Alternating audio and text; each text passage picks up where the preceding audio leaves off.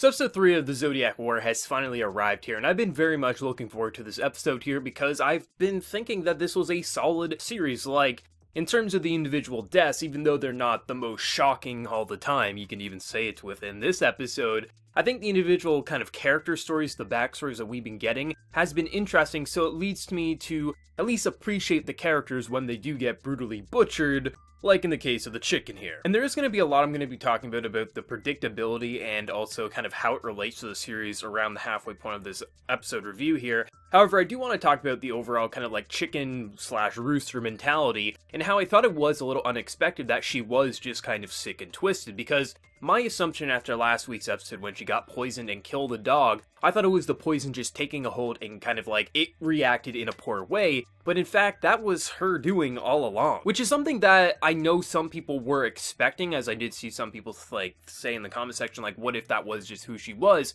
But to me personally, it felt like she was just getting like, the poison went a little too insane and that's how she is, but in actuality, she wanted that poison all along. She used her bird, she knew what this guy was capable of, and ultimately wanted that kind of power boost, kind of like an overload on stats, so she could do well in this tournament here, which is actually kind of unexpected. And when you saw the individual kind of like things that happened to her in her backstory there, where essentially she killed her parents, completely got amnesia from that, and then got adopted into a family that essentially used her abilities of controlling birds to just become a mass murderer, and then ultimately she betrayed those people and took all this information and money for herself. So I actually quite enjoyed that. I thought her individual character story was quite interesting. It was very sick and twisted for sure, but I did appreciate how it literally kicks off with showing like she butchered her parents and forgot about it because her parents were abusive to her. So it gave you a bit of sympathy for her, but at the same time you were just like, well, if she does die, it's not going to be the end of the world because look at all of the sick and twisted stuff she has been doing. So I did appreciate it, but also it was kind of interesting because the poison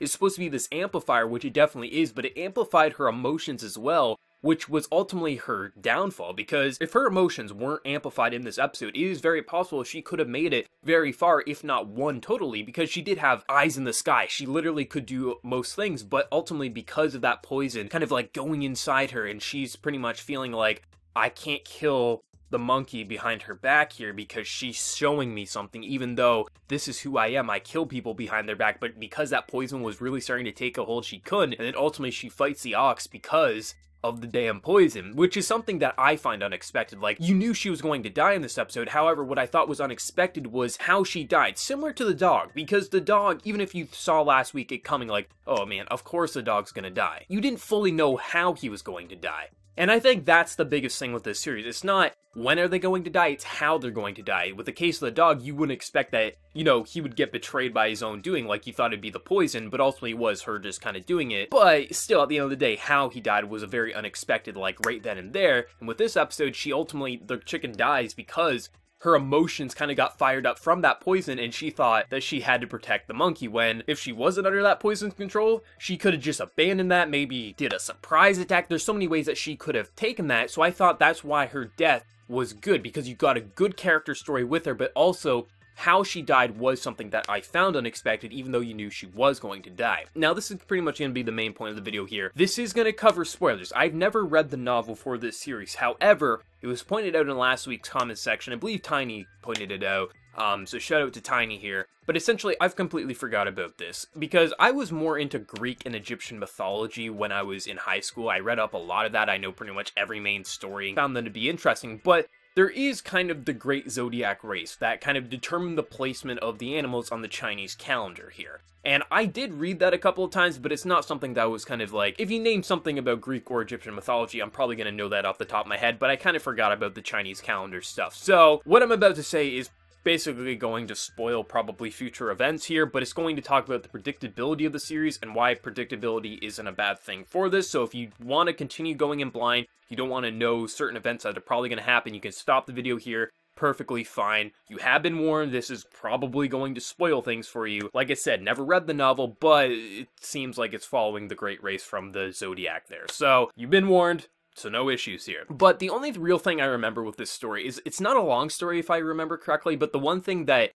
does kind of come to mind, which is kind of the funny thing with this series, is basically the gods, or the god, whatever it was, essentially they had the 12 animals race, and essentially whoever comes in first place is going to be first on the calendar, and then it kind of goes down from there, and that's how the Zodiac calendar, the Chinese calendar, was determined for the animal placement. Of course, it changes, like, each year, like, what year it is, if it's the year of the pig or whatever, but I think it goes for, like, essentially, like, the first batch of the calendar, and the only thing I really remember from it is a couple of things. Like, I remember the pig came in last, and he got made fun of or something, and yes, the pig died first here as well, but the big thing that I remember, and I think most people remember from this story, is essentially the ox carried the rat and the cat across the river. What the rat ended up doing was he pushed the cat off the ox in the water, and then hopped off the ox onto the land and took first place. The ox came in second place, and essentially the reason cats hate, like, rodents, rats, and mice is because of what the rat did to the cat during the Great Race. And the reason I'm bringing this up is it's pretty damn clear if you look at the ending, the kind of like the credits where it showcases. Now, I was under the assumption that it was in reverse Zodiac order, and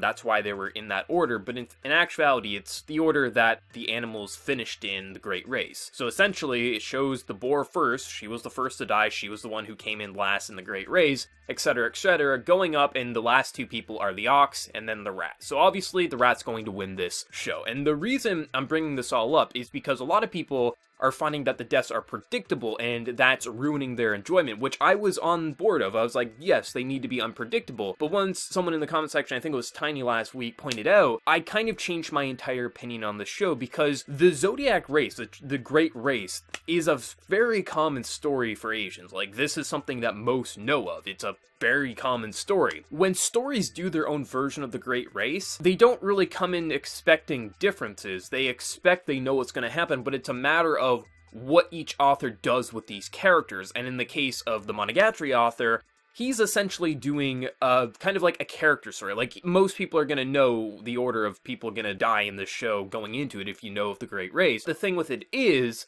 essentially, like I said, it's all about what each author does with it, and each author kind of does their own thing, and in the case of the Monogatari author, each of them are having their own story, and there is that how are they going to die. It's not when they're going to die, it's the how are they going to die, but also what are their stories going to be? And there is going to be one event coming up around the halfway point, because there is something that's going to happen, because, like, the snake is, like, halfway in the Great Race, so I'm very curious what this is ultimately going to be, if the snake did fully die, or if maybe the snake shed its skin and he is going to be coming back, and he's going to be a key player around the halfway point of the series. But ultimately, the whole predictability thing no longer seems like an issue for myself, just because that's not what the story's supposed to be. Like, the Great Race isn't this unpredictable thing. Most people know of the order, or at the very least, you know who comes in first and who comes in last. It's the rat coming in first, the pig coming in last. So it's never been this whole thing about it needed to be unpredictable. Sure, people can argue, well, why wouldn't you just make your own order? Which I'm sure there are many stories that do, but most that just do the Great Race, but in a new setting. In this case, the Great Race, but in a battle royale. They take the same order, but they do their own thing with it, so that's how I feel personally. I just wanted to bring that up because I know that is going to be a common thing, and I just thought I'd weigh in my thoughts on this. And like I said, I gave the spoiler warning, so anyone who didn't want to know this, obviously didn't have to watch this part of the review, but personally that's how I feel, and this is why I'm still enjoying the show. Even though you knew the chicken was going out, even if you didn't know the order of the Great Race, it was very clear that Chicken was going to get her head cut off, or in the case, just kind of skewered and stabbed.